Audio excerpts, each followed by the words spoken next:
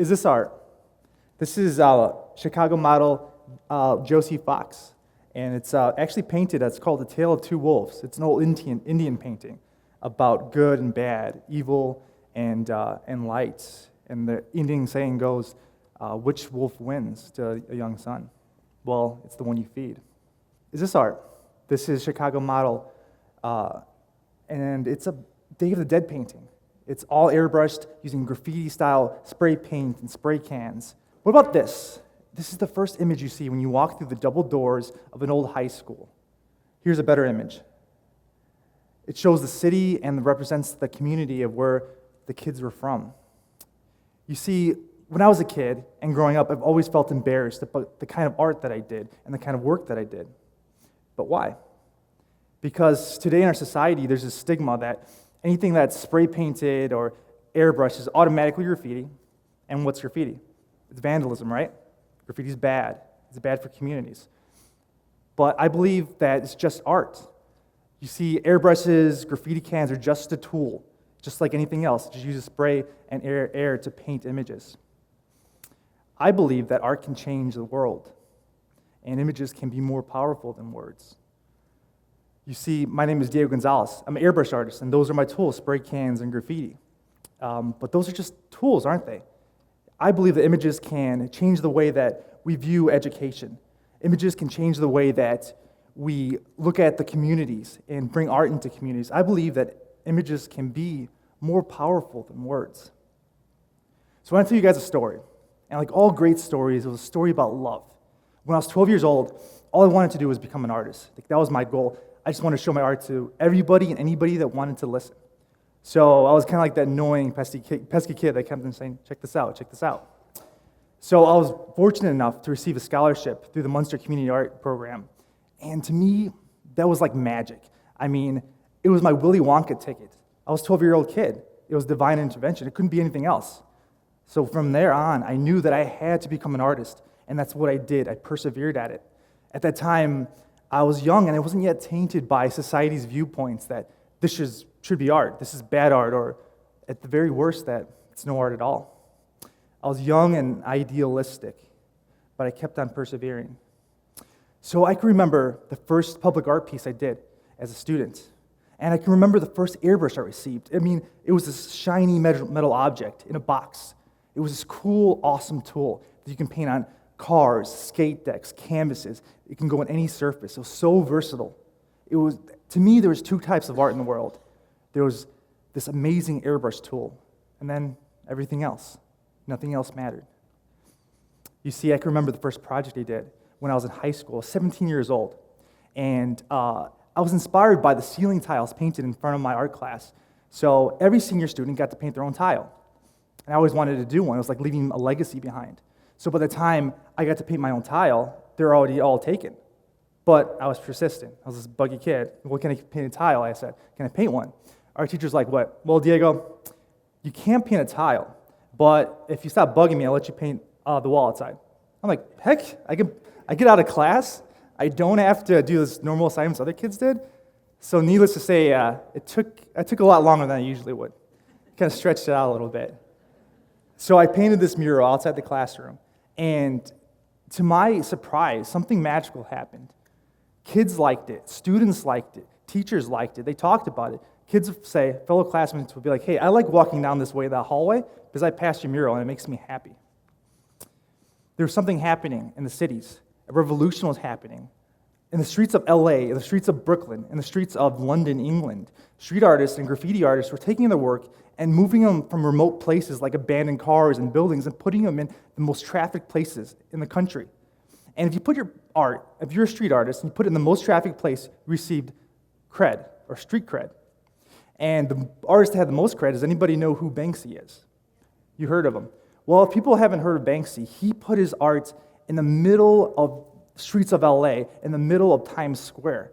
And his art was changing. It wasn't just graffiti anymore. He shared his ideas that commented on political views and satirical views of the world. He shared his art with everybody. And it was cool. Banksy was this cool artist that, for example, he had pictures of George Bush coming out of this huge helicopter, this military vehicle, and then him holding a sign saying applause. It's ridiculous, isn't it? But we forget as a society that those ideas are ridiculous. Art lets us remember that. He has a picture of a dove flying over, representing peace with a bulletproof vest strapped on. So, he was this cool artist. Andy Warhol said, art is dead. Well, if art is dead, then we have to be Frankenstein. We have to get it out of the galleries and just put it in the cities too, so everybody can see. Banksy said, the people that truly deface our cities are the big companies that scroll slogans across bus stops and billboards and ads. People think that nothing has the right to exist in a community unless it makes a profit. And they make you feel bad and inadequate unless you buy their stuff. Anybody that puts something in front of you and doesn't ask you whether you like it or whether you want to see it or not, well, that place is yours. Reuse it, rearranging it, take it back. Asking permission is like asking to keep a rock somebody threw at your head. So, but what does this all have to do with education? Well, that's the question that found me. About 3 years ago, in 2012, a teacher asked me to paint some murals inside her classroom in a high school, a government facility. I'm like, hey, I get to deface public property again. What a great idea. So I did. And I would work at night, like a crazy artist, right? Madman. So I'd paint these murals, and at night it would be this white wall, nothing there, and then I'd work hours and hours on end. And the next day, another piece would show up like this. And they would have tiny little phrases like, where are you going? Science lets you explore. Imagination. And then like a mad scientist down the hallway. And then the art teacher came to me. She said, Diego, you know what the kids are saying about your art? I'm like, I don't know, maybe they think it's cool. They say to them, it's like magic. From a perspective of a kid, it wasn't just graffiti or vandalism. It was something that made them happy. It was something that made them feel good about themselves. When we ask, and I ask a lot of people as an artist, what is the benefits of public art? All of us, how does it help us? Think about it. How does art help you? Well, it's hard, isn't it? It's hard to describe how art helps you. You see, the benefit of public art isn't conscious or literal. It's something that's more unconscious. And what it does is it raises the energy of a community. It asks you whether you want to be part of this community, whether this represents you or how you feel about the community. And also, art is an influencer. How many people here like music? I bet you all could probably name your top 3 or 10 bands off the top of your head, or musicians. Well, art is just like that. It can influence you and change the way you look at something. And how does this, though, affect education, too? Well, that's something that kind of also found me. I'm an artist, right? And my brother is a computer scientist. He's like the other end of the spectrum. I'm like right here, and he's like the super brainiac. But we all talk about the kind of work that we do. And in his programming domain, there's something called the broken window theory. Well, the broken window theory states that if you let small problems and bugs go in the system, and small transgressions go, they lead to more heinous problems in the system. Little bugs can cause great errors and destroy entire systems. Well, 2 researchers did a research study, and they put an abandoned car in Brooklyn. And they wanted to see how the environment affected the area. So they left it there. And they left it there for weeks on end. And what would happen to it? Would it be destroyed, vandalized, or whatnot? Well, weeks went by. Nothing happened. Then one researcher actually broke out the front windshield. Bam. Guess what happened? Within the matter of 48 hours, in hours, the whole car was, the wheels are taking off, the battery was stolen, it was defaced, it was destroyed. You see, the point is, environment matters. Until somebody said, I don't care about that car, I don't care about the place that I'm from, nothing happened. But until that happened, all hell broke loose.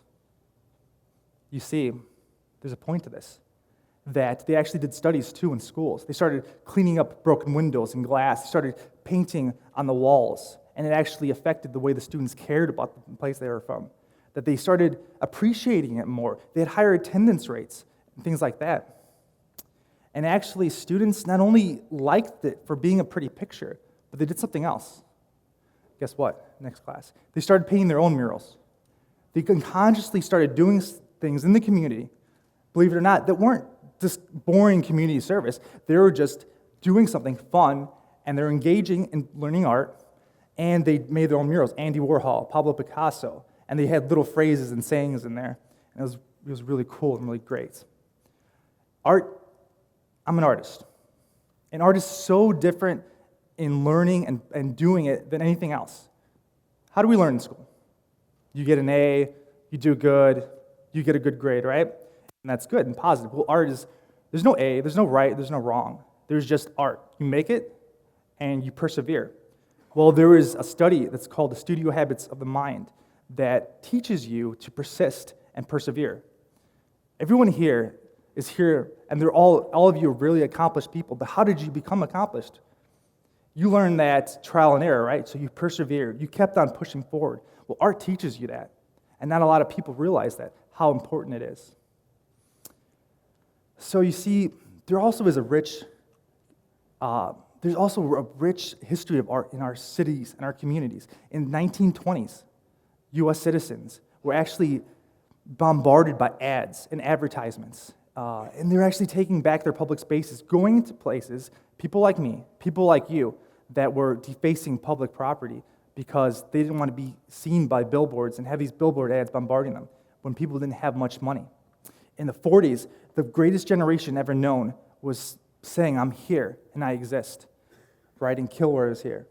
All of you know this image, don't you? This image is iconic. But did you know this is actually painted by a graffiti artist, a street artist named Shepard Fairey? And he's proof, as a case study, that one single person with little or no political ties, with little or no influence or money as a person, could actually change and affect the democratic election. It can create a revolution, an impact in the streets of Tunisia, North Egypt, North Ireland. They're actually cutting off all internet connections, all lines, and they're saying that you couldn't use your cell phone, you couldn't use your Facebook, but that's how they were actually communicating. So citizens were taking to the streets. They're bringing their art to the streets. People that weren't even artists were making murals, and then they were spreading like wildfire because they're saying, I believe what you believe, and they kept on reproducing these images. It was powerful. It was showing that art can actually not just be graffiti, art can not just be vandalism, but it could be a tool for mass communication, a tool to inspire and change and revolutionize an area. So, art can change the way we view education. Art can change the way that we view cities and the impact of society. Whether you're a doctor, a lawyer, a mother, or a father, art is really beneficial and it can help you. You know, I always urge people not only to share arts and to support it, but also create it yourselves. Because when you're doing that, you're constantly learning new habits and learning to expand your mind. This is a beautiful world, and art makes it just a little more beautiful.